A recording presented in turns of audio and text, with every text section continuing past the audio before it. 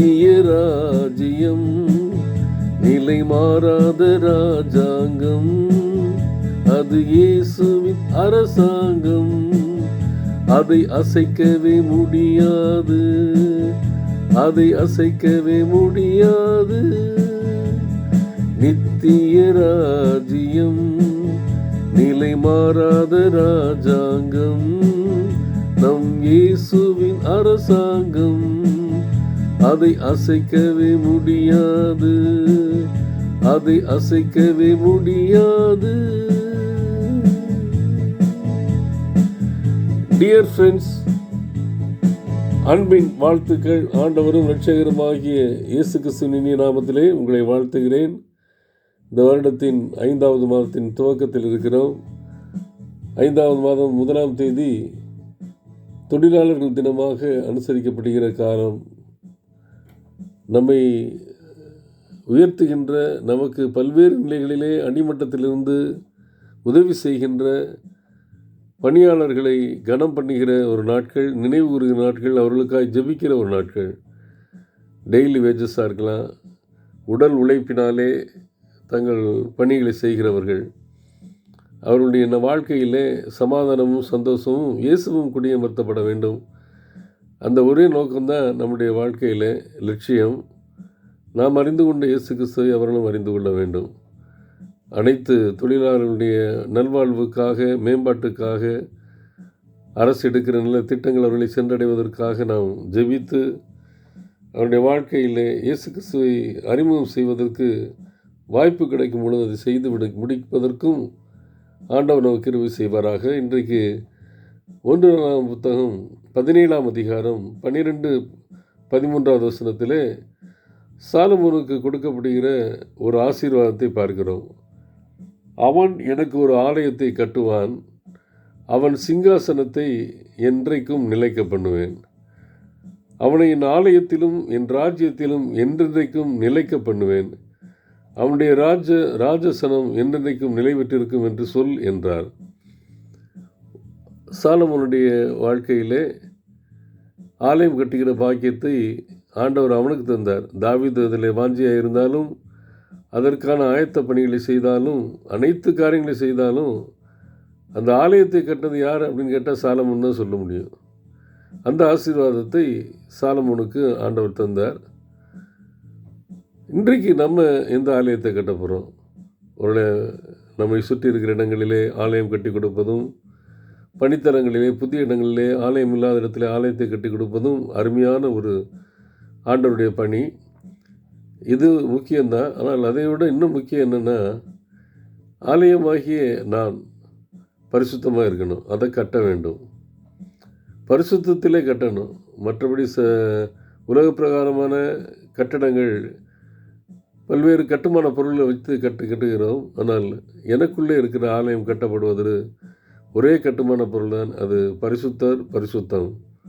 அவர் தருகிற பரிசுத்தத்தினாலே கட்டும் பொழுது அந்த ராஜ்யம் நிலைத்திருக்கும். தேவராஜ்யம் நமக்குள்ளே வந்து தங்கியிருக்கும், நிலைத்திருக்கும். யாருமே அசைக்க முடியாது. இன்றைக்கு எப்படியாவது இதெல்லாம் அசைச்சிருவோம், இந்த ராஜ்யத்தை ஒன்றுமெல்லாம் வாக்கிறோம்னு சொல்லி தீர்மானம் எடுக்கிறவர்களாம் தோற்று போவார்கள். நாம் ஆலயத்தை பரிசுத்தமாக கட்டும் பொழுது அது சாத்தியமாகும் என்பதைத்தான் இன்றைக்கு 1ஆம் தேதியிலே நமக்கு சொல்லிக் கொடுக்கிறார். அதனால் நான் ஆண்டவருக்கு ஒரு ஆலயத்தை கட்டுவேன், என் சிங்காசனம் என்றைக்கும் நிலைத்திருக்கும். எப்பொழுது? பரிசுத்தத்திலே அந்த ஆலயத்தை கட்டும் பொழுது. உன்னத பாட்டு புத்தகம் 8ஆம் அதிகாரம் 8-9வது வசனத்திலே ஒரு பரிசுத்தத்தை குறித்து ஆயத்தப்படுத்துகிற ஒரு காரியத்தை குறித்து நாம் வாசிக்கிறோம். அதிகமாக உன்னத பாட்டை நாம் தியானிப்பதில்லை. அதற்கு முன்பாக நாம் எல்லாம் எப்படி ஆண்டவருடைய கரத்திலே கொடுக்க வேண்டும் என்பதை கொரிந்து சபைக்கு பவுலடியார் எழுதும் பொழுது 2 கொரிந்தியர் 11ஆம் அதிகாரம் 2வது வசனத்தில் சொல்கிறார், நான் உங்களை கற்புள்ள கன்னிகையாக கிறிஸ்து என்னும் ஒரே புருஷனுக்கு ஒப்பு கொடுக்க நியமித்திருக்கிறபடியாகும். அப்போ ஆண்டவராக இயேசு கிறிஸ்து வரும்பொழுது நம்ம என்ன பண்ணணுமா? அவருடைய கரத்தில் பரிசுத்த கன்னிகையாக, மாசற்றவர்களாக, இதற்கு முன்பாக எந்தவித தவறுகளும் இல்லாதபடி, கண்ணிமை கழியாதபடி அவருடைய மணவாளனாகி அவருடைய கரத்திலே மணவாட்டியாக நம்மை கொடுக்க வேண்டும். இதுதான் லட்சியம். அந்த பரிசுத்தத்திலே ஆலயத்தை கட்டும் பொழுது அந்த ஆலயத்திலே ஆண்டவராக இயேசு கிறிஸ்து வந்து அமர்வார். அந்த ராஜ்யம் நிலைத்திருக்கும்.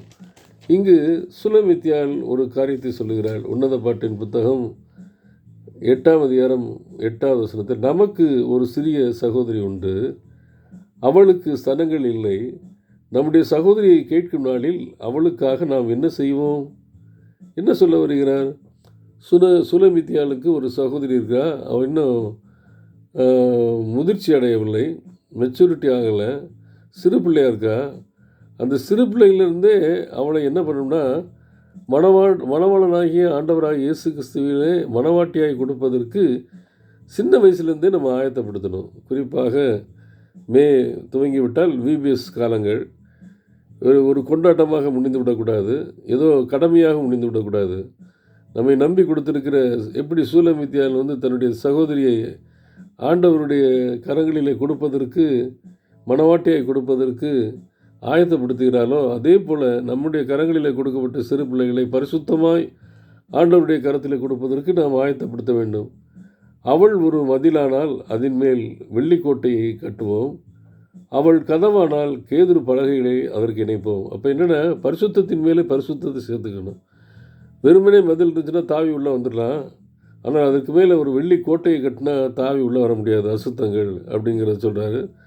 அதே மாதிரி வெறும் கதவு மட்டும் இல்லாமல் ஸ்ட்ராங்கான கதவு, கேதுரு பலகைங்கிறது ஸ்ட்ராங்கு, அதை இணைக்கும் பொழுது அந்த கதவுக்குள்ளே யாரும் உள்ளே நுழைய முடியாது. நம்முடைய வாழ்க்கையின் அந்தரங்க பகுதிகளில் சிறுபிராயம் முதற்கொண்டு யாரையும் எதிர்பாலினங்களை அனுமதிக்காதபடி பரிசுத்தமாய் வாழ்ந்து அந்த நியமிக்கப்பட்ட மணவாட்டியாக மணவாளனுடைய கரங்களில் கொடுக்கும் பொழுது பரிசுத்தமாக இருக்கணும். அப்போ எனக்குள்ளே கட்டப்படுகிற ஆலயம் ஆண்டவர் தங்கும் ஆலயமாக இருக்கும். இன்றைக்கு முதல் தேதியில் ஆலய ஆராதனை கடந்து செல்கிற நமக்கு ஆண்டவர் கொடுக்குற காரியம் என்னென்னா, நான் உன்னை கட்டுவேன். எப்படி கட்டுவேன்னா, என்னுடைய ஆலயத்தை கட்டுவதற்கு கட்டுமான பணிக்கு உன்னை அழைக்கிறேன். நீ கட்டுற ஆலயத்தில் நான் தங்குவேன். நீ பரிசுத்தமாக இருக்கும் பொழுது அதில் வந்து நான் தங்க முடியும். அப்படி நான் தங்கும்போது உன் ராஜ்யம் என்றைக்கு நிலைத்திருக்கும்.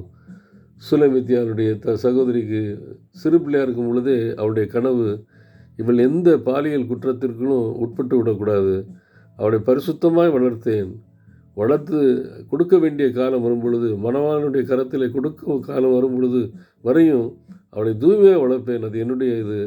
மதிலாக இருந்தால் கோட்டையை கட்டி பாதுகாப்பு கொடுப்பேன். வெறும் சாதாரண கதவாக இருந்தால் கேதுருவை நெய்த்து அவளுக்கு பரிசுத்தத்தின் மேல் பரிசுத்தம் சேர்க்கிற அளவுக்கு நான் சரியாக வளர்ப்பேங்கிறார். அதே போல் தான் இன்றைக்கி நானும் நீங்களும் நம்ம நம்பி கொடுத்துருக்கிற ஆண்டவருக்கு பிரியம் செய்வோம். ஒருவேளை இன்றைக்கு எப்போ இதை துவக்கலாம் அப்படின்னு பார்க்கும்போது, சுலமித்தியால் சிறு பிள்ளையாக இருக்கும்போது தன்னுடைய சகோதரி சின்ன பிள்ளையாக இருக்கும்போதே ஆரம்பிச்சிட்டா. ஏனென்றால் இன்றைக்கு சிறு வயசுலேயே பிள்ளைகள் கெட்டு போகிறாங்க, மனதுக்கு பாதிக்கப்படுது. அதனால் அப்படிப்பட்ட காட்சிகள் இன்றைக்கு கரங்களிலேயே கொடுக்கப்பட்டுருச்சு. அதனால் நம்ம சின்ன வயசுலேருந்தே கருவில் இருக்கும் பொழுதே துவங்கிடணும் இந்த பரிசுத்தமாக்குதல் பணியில்.